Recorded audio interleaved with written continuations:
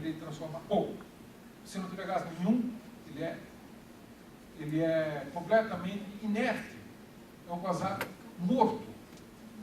Né? Como é o caso da nossa galáxia. Tem um quasar morto, um buraco negro completamente inerte. Né? Não emite nada. É possível que existam muito mais quasares mortos do que quasares vivos. Muito mais buracos negros que não capturam nada do que aqueles que capturam muito. Né? Esses quasares muito luminosos, eles são raros. Muito raros. Vamos dizer, de cada 100 mil galáxias, um tem essa luminosidade tão grande. Então, são raros. Mas eles foram descobertos rapidamente. Por quê? Porque mesmo sendo raros, porque eles brilham tanto, eles podem ser vistos nos confins do universo. Eles são brilhantes. Mesmo na aparência, eles são brilhantes. Né? Porque são muito luminosos. Então, é muito mais fácil achar esses casos do que aqueles quasares de pouca luminosidade, que são muito mais frequentes, muito mais comuns, mas que, porque brilham um pouco, são difíceis de achar. Né? Então, isso, olha, a ideia de que o buraco negro pudesse explicar objetos luminosos dos quasares, ela foi lançada pela primeira vez por dois físicos, um russo e um americano. Tá? O americano chamava-se Edwin Salpeter. E os russos chamavam-se Zeldovich. Famosíssimo nosso físico, Zeldovich. Foi aluno do Landau. Né? Eu conheci o Zeldovich, fui lá conversar com ele 6 meses antes dele morrer. Aliás, curiosíssimo o sujeito. Curiosíssimo. Eu pedi uma audiência com ele em Moscou. Aí cheguei lá, entrei na sala dele, fiquei espantado, porque a sala dele era 4 vezes menor do que a minha. Ele tinha uma mesinha, assim, desse tamanho, e ele era um baixinho, chegou, me cumprimentou, aí eu sentei, senta, tal, sentou. Aí ele perguntou para mim, você é católico? Falei, por quê? Aí ele abriu a gaveta, tirou uma fotografia e mostrou o Papa João Paulo II cumprimentando ele. Foi assim que começou a nossa conversa. Uma conversa quase surreal, né? Eu fui lá falar de astrofísica, depois eu falar de religião, mas religião dogma, né? Na União Soviética, ainda era a União Soviética, ainda era o Partido Comunista. Isso foi em fevereiro de 1987, em outubro ele morreu. Ele é famoso, ele tem vários livros, ondas de choque, cálculo integral diferencial. Se vocês olharem no biblioteca de vocês, provavelmente vocês têm um livro de cálculo diferencial integral do Zeldovich. Então, os Zeldovich e o Salpeter, eles lançaram essa ideia em 1964. Tá? Mas somente em 69, um sujeito chamado Donald Lindenberg, um britânico, conseguiu fazer um modelo matemático que explicou o brilho, essa luminosidade. Isso foi em 1969. Mas era pura especulação. Ninguém realmente acreditava. Né? A coisa começou a ter credibilidade realmente quando se descobriu o signo X1, em 1973. E aí começou a crescer. Mas até 3, 4 anos atrás, tinha ainda uma grande proporção de astrônomos que não acreditavam que o buraco negro existisse. Só com essa descoberta do nosso centro da galáxia, daquela estrela que gira, que agora você vê a estrela girando em torno de um objeto extremamente massivo, aí acabou, agora não tem mais. Os astrônomos agora, todos de pés juntos, acreditam que o buraco negro existe. E tem uma enorme importância sobre o universo. Isso.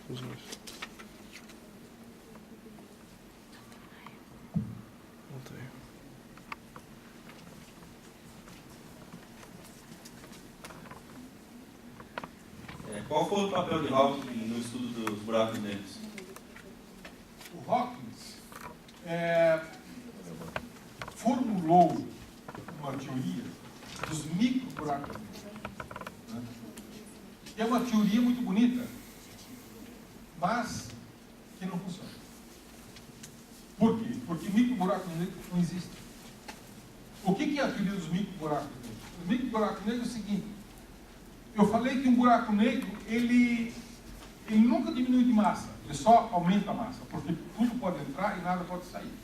É fácil de ver isso na equação, aquela equação, a única equação que eu citei, mostra que se tivesse uma aceleração infinita, acabou a conversa. Né? Tudo entra e nada sai, fala disso. Por causa daquele denominador que pode ser zero. Né?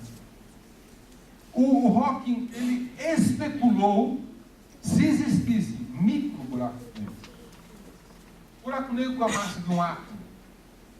Então, por causa do princípio de incerteza e do efeito túnel, o professor de física nuclear aqui pode explicar melhor do que eu, o efeito túnel, uma partícula que está dentro pode também estar fora. Tá? Assim, da mesma forma que uma partícula que está dentro do núcleo pode também estar fora. Pela probabilidade de mecânica quântica, se ele pode estar fora, então ele escapa. Mesmo que não tenha energia para isso. Não é isso? Um buraco negro pode acontecer isso. Então poderia um buraco negro, um micro buraco negro, poderia evaporar. Porque se uma partícula pode estar dentro e pode estar fora, ela sai, a massa diminui. Ele fica menor e a próxima partícula tem mais probabilidade de sair. Então o decrescimento é exponencial. Então o buraco negro evapora. Essa é a teoria do Hawking. Tá? É a contribuição do Hawking para a teoria dos buracos negros. Só tem um problema. Micro buracos negros não existem na natureza. Se existissem, a gente teria observado. Já foram feitos experimentos para detectá-los. Não foram detectados. Então, buracos negros existem de duas espécies. Os estelares, que têm massa entre 3 e 20 vezes a massa do Sol. Né? E a nossa galáxia deve ter milhões. Nossa, milhões. A gente conhece 2 dúzias que brilham. Deve ter milhões apagados. Não brilha. Mas pelo cálculo da evolução das estrelas e assim por diante, a gente pode ter uma boa estimativa do que se espera. Observado, menos são 2 dúzias. Então, essa é uma categoria. E a outra categoria são os super buracos negros, ou melhor dizendo, os buracos negros supermassivos e que sempre se encontram nos núcleos das galáxias, ou pertinhos, né? Segundo alguns. Né? Não exatamente no centro, mas perto do centro. E que estão associados com a evolução da galáxia. Associados intimamente. Né? Eles são produtos da evolução e também controlam a evolução. Né? Através da Quando capturam muito, eles controlam a formação desses deles. Então, por isso, cada galáxia tem um buraco negro. Um outro trabalho muito recente, muito interessante também, que diz o seguinte: imagine, vocês viram a colisão de 2 galáxias, simulação de 2 galáxias colidindo, né? Imagine que cada uma delas tivesse um buraco negro supermassivo. É fácil acontecer. O que vai acontecer com os 2 buracos negros supermassivos? Depois que as 2 galáxias se fundirem e formarem uma só. Essa nova galáxia vai ter um centro único. Né? Os 2 buracos negros, cada um por conta própria, vai procurar o centro da galáxia. Por questão de gravidade. Vai procurar o centro. Vai chegar uma hora que os 2 buracos negros vão se encontrar. Né? E um vai espiralar em torno do outro com uma frequência cada vez maior. E aí chega uma hora que eles emitem ondas gravitacionais. Né? São ondas de gravidade. E quando isso acontece, eles se fundem rapidamente. Isso foi provado há 3 anos atrás, matematicamente por supercomputadores, estava até lá, não se tinha o ciclo completo calculado. Agora tem o ciclo completo calculado. E aí encontraram uma coisa muito interessante. Quando 2 buracos negros supermassivos se fundem para formar um novo buraco negro, esse novo buraco negro é ejetado no centro da galáxia. Aí, pessoal, Como? O buraco negro saiu, está andando. Às vezes com velocidade pequena, às vezes com velocidade grande, muito grande. Aí foram ver por quê. E a razão é muito curiosa. Na hora que os buracos negros se fundem, a emissão de ondas gravitacionais não só é muito intensa, mas é assimétrica. As ondas gravitacionais são injetadas por um lado. Vocês já ouviram falar na segunda lei de Newton? A toda ação corresponde a uma reação igual e contrária. Então, se as ondas gravitacionais vêm para cá, o buraco negro é jogado para lá. Né? É um foguete. O foguete joga energia para cá, o foguete vai para lá. E o buraco negro pode ser injetado até mesmo na galáxia. Depende, existem cálculos, especulações detalhadas, tal. Depende da configuração de os buracos negros também podem ter giro, momento angular, spin, né? Eles giram em torno do próprio eixo. Né? Se você tiver então, dois buracos negros girando na mesma direção ou em direção oposta, então essa velocidade vai depender muito disso. Né?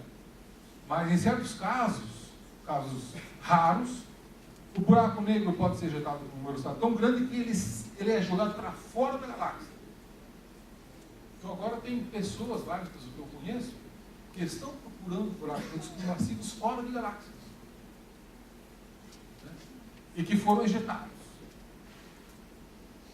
Ainda não acharam nenhum.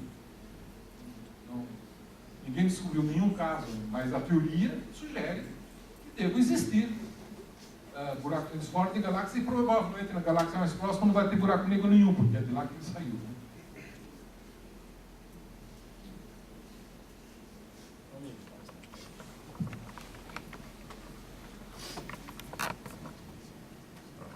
Boa noite, professor. Sou Alexandre, sou do GIARC. E hoje, basicamente, existem duas teorias, do universo aberto e do universo fechado. Minha pergunta não tem muito a ver, né, sobre o buraco negro, mas gostaria de saber mais a opinião do senhor. Né, seria, o que o senhor acha? Se o universo vai se expandir eternamente, ou se em algum momento ele vai parar a expansão, ou vai se contrair novamente? Isso não é mais uma questão de opinião. Né? Quando eu fiz pós-graduação, a gente fazia aposta. Um apostava no universo fechado, outro apostava no universo aberto. Né? O universo fechado é aquele que todos sabem que o universo está se expandindo. O universo está se expandindo, mas como tem matéria atrai matéria, então essa velocidade está diminuindo. Né? Está sendo desacelerada. E se tiver muita densidade, então ele vai chegar a um ponto que a desaceleração é tão grande que a velocidade para. E aí ele começa a se contrair. Mas se a densidade for muito baixa, ele vai ser desacelerado, mas vai se expandir para sempre. Então o universo é aberto ou fechado. Então a gente fazia aposta. Eu aposto que o universo é fechado, outros apostam que o universo é aberto e tal. Até que chegou uma hora que falou, vamos medir. Alguém, os grupos falaram, vamos medir. Então, tem tecnologia agora para medir se o universo é aberto ou é fechado. Medindo a aceleração dessa expansão. Como é que essa expansão é desacelerada? Em 1998, dois grupos publicaram o resultado simultaneamente. E mostraram que o universo está em expansão acelerada. Não é nenhuma coisa, nem outra. É acelerado. O universo está se expandindo, mas está se expandindo com uma velocidade crescente. Tem alguma coisa acelerando a expansão do universo. E é isso que é chamado de energia escura, que agora tanto se fala. Né? A energia escura. 73% da energia do universo está sob forma de energia escura. 23% está sob forma de matéria escura, que tem gravidade. A energia escura não tem gravidade, ela tem um efeito contrário da gravidade, expandido. Né? E só 4,6% do universo é a matéria que nós conhecemos. Prótons, nêutrons, planetas, estrelas, galáxias, buracos negros. Né? Somando tudo, dá 4,6% da massa do universo. O resto é ou matéria escura ou energia escura. E nós não sabemos o que elas são? Nenhuma, nem outra. Não temos ideia. Na minha opinião, esses dois problemas estão entre os problemas mais fundamentais da ciência contemporânea. A física não sabe quais são as partículas responsáveis por matéria escura. Nós não conhecemos essas partículas, não sabemos o que elas são. E a física não sabe qual é o campo que gera a aceleração do universo. É um campo desconhecido. Então, existe matéria que nós desconhecemos, existe energia que e elas são dominantes no universo. Tudo que a astrofísica descobriu até hoje é apenas a ponta do iceberg. Né? O grosso mesmo do universo nós não sabemos o que é.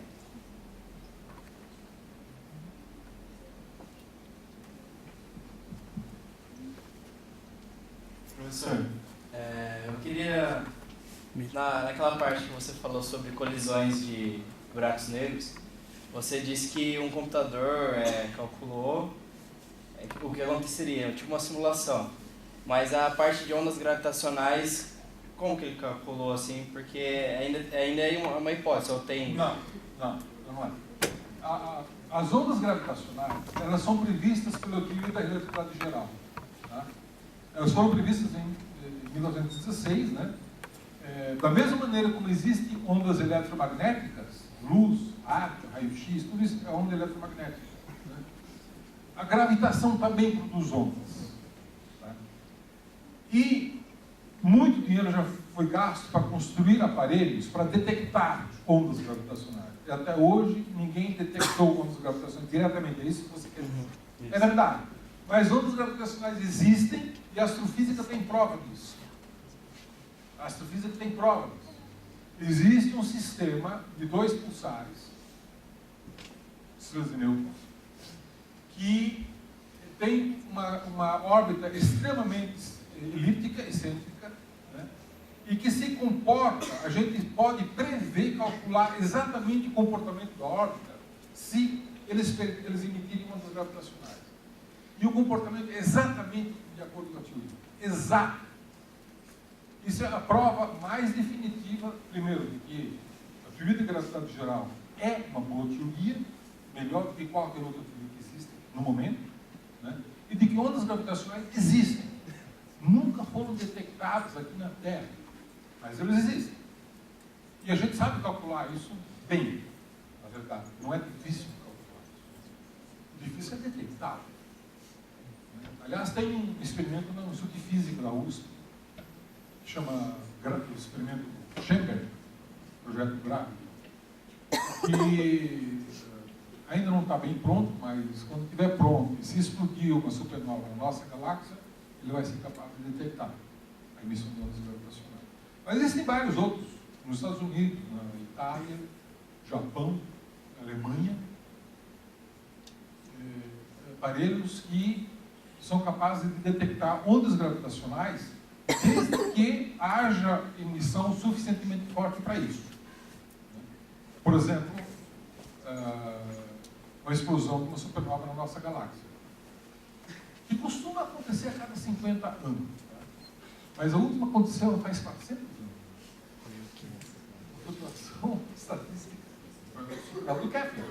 O Kepler viu, né? 400 anos atrás. Eu vou fazer mais uma pergunta. A parte também, continuando nessa parte de colisão de buracos negros. Ah, perdão. Desculpa. Não. É que o microfone está aqui. É que eu ia fazer duas ao mesmo tempo, mas eu preferi fazer por partes. Então, eu queria saber se tem alguma pesquisa na parte da galáxia M51, os cães de caça. É aquela que você mostrou, né? E tem muitos trabalhos envolvendo para ver se poderia ocorrer alguma colisão de buracos negros? Provavelmente não, né?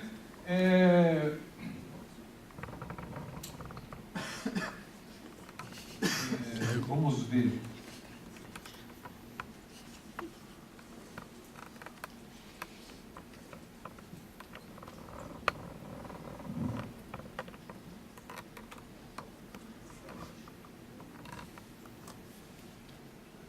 essa galáxia que ele está falando, que é de 51, essa.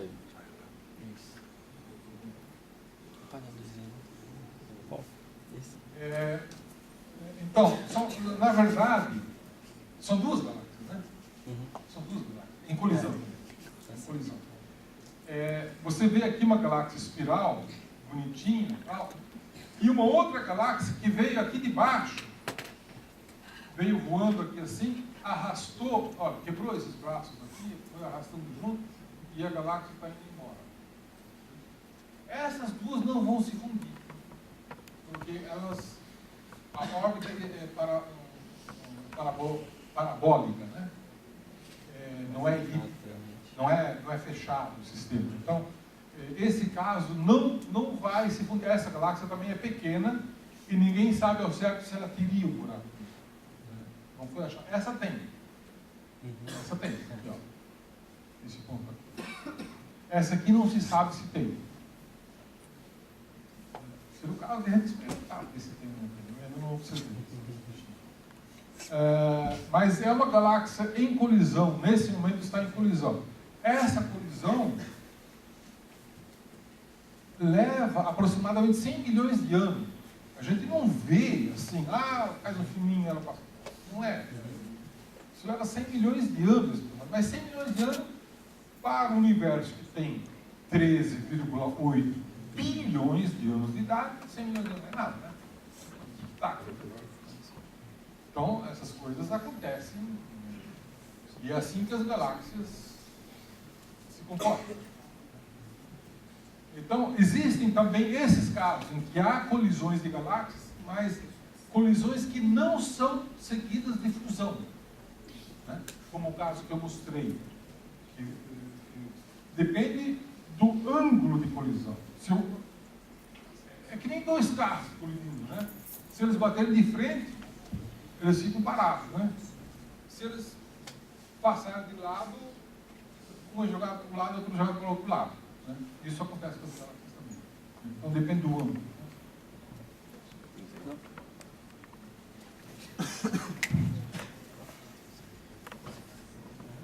Coincidentemente, a pergunta que ele havia feito é que eu iria fazer porque o professor Ney, conhece o professor Ney? Que está envolvido com o Isso. projeto gráfico, né? Ele foi meu professor de física e eu fui visitá-lo na USP e ele me mostrou a esfera, né, desse projeto. O senhor tem uma didática excelente, eu gostaria que o senhor explicasse um pouco a ideia desse experimento na qual o professor Ney, que foi professor aqui em Rio Claro, está envolvido. Olha, esses aparelhos que tentam medir ondas gravitacionais, eles são aparelhos extremamente sofisticados. Né? As ondas gravitacionais, elas são quase como se fossem ondas eletromagnéticas que se propagam com a velocidade da luz e produzem uma perturbação sobre a matéria. A matéria oscila.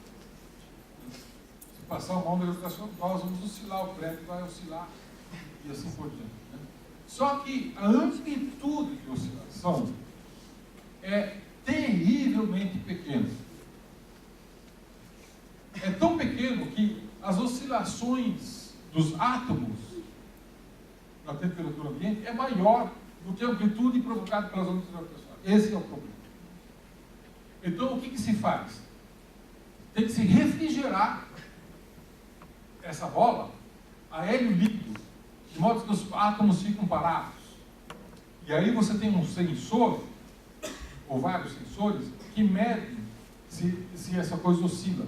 Mas você tem que resfriar o movimento dos átomos, porque senão eles competem e dominam, que é ruído, os átomos. Os átomos, o ruído térmico dos átomos é um ruído que precisa ser eliminado. Né? E isso tem que ser feito com hélio líquido, que é 269 graus abaixo de zero. Né? Que não é brincadeira. Então, esse é um experimento, mas existem outros experimentos.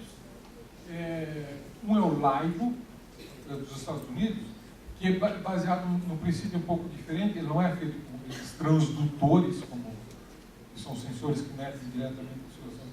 Eles são feitos com raio laser, interferômetro, raio laser e tal, que funcionam. Tem dois, um no estado de Louisiana e outro no estado de Illinois, se não me engano.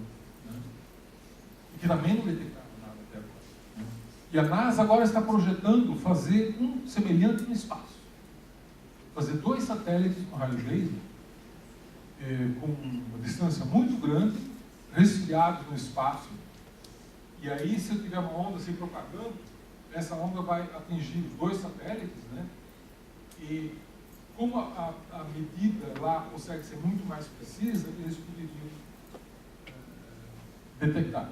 Na semana passada, saíram as prioridades da astronomia norte-americana, e esse projeto está listado na prioridade, mas não está no topo. Acho que está em 4ª prioridade. Então, na prática, significa que vai demorar talvez uma década para isso ficar pronto. Então, na oportunidade, o professor Ney estava bastante empolgado, né? Faz alguns anos isso que eu estive lá. Eu queria saber se a empolgação dele ainda perdura o grupo, se há alguma, digamos, algum sinal já, digamos, que isso tenha valido a pena. Olha, o professor Ney, na verdade, saiu do Instituto de Física, porque ele agora é diretor do Instituto de Química de Lorena. E a USP incorporou o Instituto de Química de Lorena, né? E ele foi ser diretor. Mas quem coordena cientificamente essa antena gravitacional é o pesquisador do INPE, né? Não, é o Odílio. O nome dele é Odílio Denis de Aguiar. E ele formou já um grande número de doutores instrumentais, né? Por isso, então o grupo cresceu, eles têm um grupo bastante bom, mas ainda estão melhorando a sensibilidade, né? Porque isso é uma questão de sensibilidade e de sorte, porque você nunca sabe quando ele vai explodir. Eu digo supernovas, porque supernovas não são a única fonte de ondas gravitacionais, mas são as mais potentes, são as mais poderosas, né? Então, se tiver uma supernova na nossa galáxia, isso vai emitir uma onda gravitacional tão forte que qualquer um desses detectores vai conseguir emitir isso, né? Mas, como eu digo, a probabilidade de explodir uma supernova na nossa galáxia é uma a cada 50 anos. Então, isso. Mas se eles conseguirem reduzir a sensibilidade para melhorar bem, de tal maneira que eles consigam detectar supernovas na constelação de Virgo, no aglomerado de Virgo, que eu até falei, mostrei, lá tem uma supernova a cada mês. Então, aí vai virar corriqueiro, né? Só aproveitando, o professor Ney, então, é fiel ao seu perfil, porque em 1968 não houve vestibular na antiga Faculdade de Filosofia, Ciências e Letras de Rio Claro, porque a Unicamp tinha levado os professores de Física e Matemática para lá. Então nem houve vestibular. E o que aconteceu é que em 68 houveram 545 excedentes na USP para o curso de Física. Ou seja, o vestibular era totalmente diferente. Quem não tinha nota 5 não entrava na universidade. E naquele ano, 545 alunos que haviam se inscrito para o curso de Física haviam tirado nota acima de 5 e, no entanto, estavam fora. Esse pessoal fez uma pressão tão grande que, para encurtar a história, o professor Ney, fiel a esse seu dedicação de levantar cursos, veio para cá, né, juntamente com Hilda Goldman, né, e Kurt, não sei se chegou a conhecer o professor Kurt, e então houve um vestibular na região, então houve uma divulgação aqui na região Leme, Pirassununga, Araras, Piracicaba, Limeira,